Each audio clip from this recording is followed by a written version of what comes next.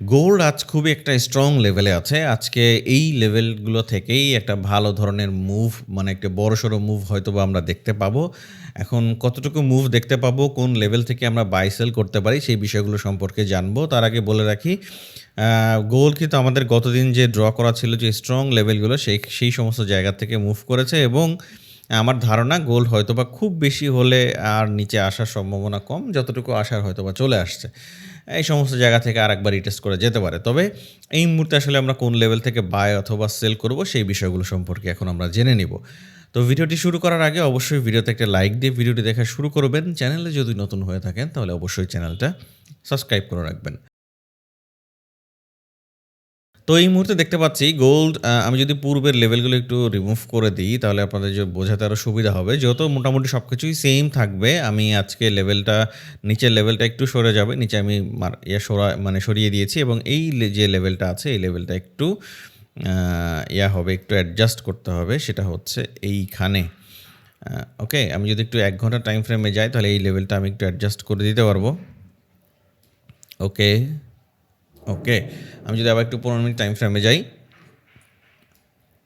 দেখেন এই মুহূর্তে গোল্ড যে স্ট্রং লেভেল থেকে পড়েছে, অর্থাৎ গতদিন আমি যে লেভেলটা মার্ক করে রেখেছিলাম সেম লেভেলটাই থাকবে ৪,৮৪৬ থেকে ৪,৮৯৭ এবং এর উপরে যে স্ট্রং রেজিস্ট্যান্স লেভেল ৪,৯৮৩ থেকে ৫,০২৮।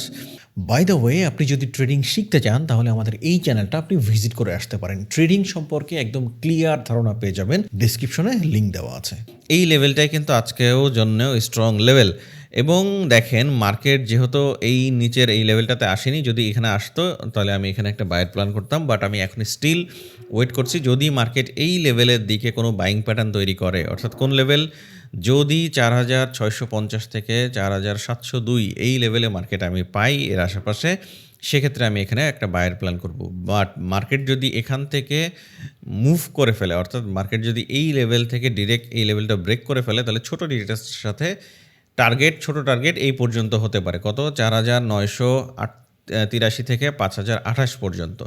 বাট কোনো কারণে মার্কেট যদি এই রেঞ্জটা ব্রেক করে ফেলে, এখান থেকে যদি মার্কেট এই রেঞ্জটা ব্রেক করে ছোট রিটেস্টের সাথে এই সমস্ত এই সেকেন্ড লাস্ট এই জোনের আশেপাশে আমরা দেখতে পাবো। আই থিঙ্ক গোল্ডের মার্কেট এই যে লেভেলটা, লাস্ট যে লেভেলটা আছে অর্থাৎ ৪,৪১২ থেকে ৪,৪৩৯ এই লেভেলটা ব্রেক করবে না। অর্থাৎ ৪,৪১২ লেভেলটা ব্রেক করবে না বলতে ভুল, করার সম্ভাবনা অনেক কম। হ্যাঁ, কারণ মার্কেট যতটুকু আসলে যেই লেভেল পর্যন্ত যেই ফলটা দেওয়ার কথা বা যতটুকু নামার উচিত স্ট্রাকচার অনুযায়ী সেইটুকু নেমে গিয়েছে।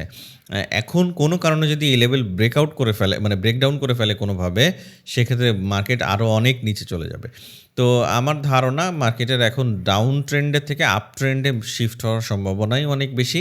তো এবং আরেকটা জিনিস যদি আমি এখানে আপনাদের একটু মার্ক করে দিই তাহলে আপনারা আর একটু ভালো বুঝবেন, আপনাদের ডিসিশন নিতেও সহজ হবে।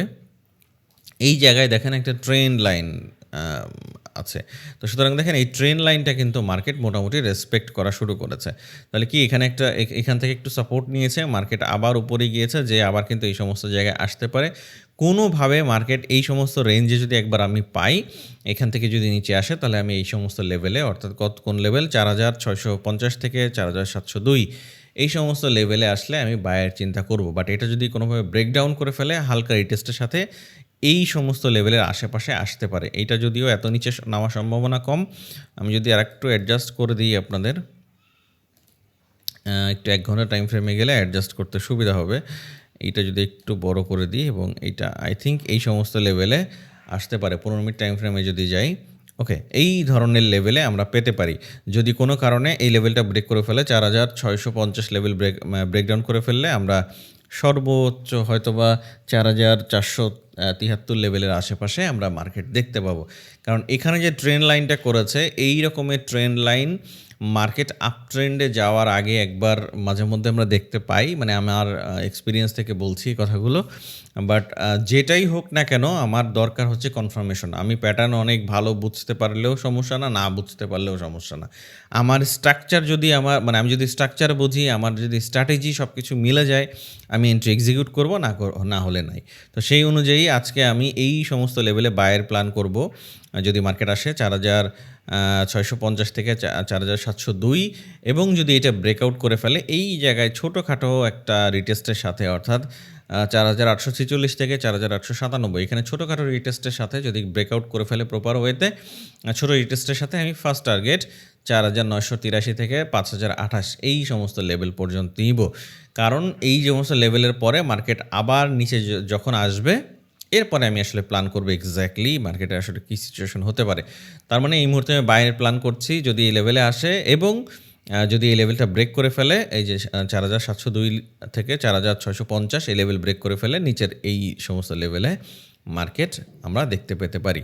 যাই হোক, আজকের ভিডিওটা খুবই ছোট এবং আশা করছি আপনারা বিষয়গুলো ধরতে পেরেছেন যে কোন জায়গা থেকে আমরা বাই অথবা সেল করতে পারি। বায়ের দিকেই মার্কেটে থাকার সম্ভাবনা বেশি, আমি আসলে বাইগুলোই খুঁজছি, কারণ এই স্ট্রং লেভেল এই যে আজকে আবার গ্যাপ ক্রিয়েট করে উঠেছে, গ্যাপ কিন্তু মার্কেট পূরণ করতে আসে, কোনো কারণে যদি ব্রেকআউট করে ফেলে দেখা যায় ঠাস করে পড়ে এই জায়গাতে গ্যাপ নিয়ে তারপরে মার্কেট উঠবে।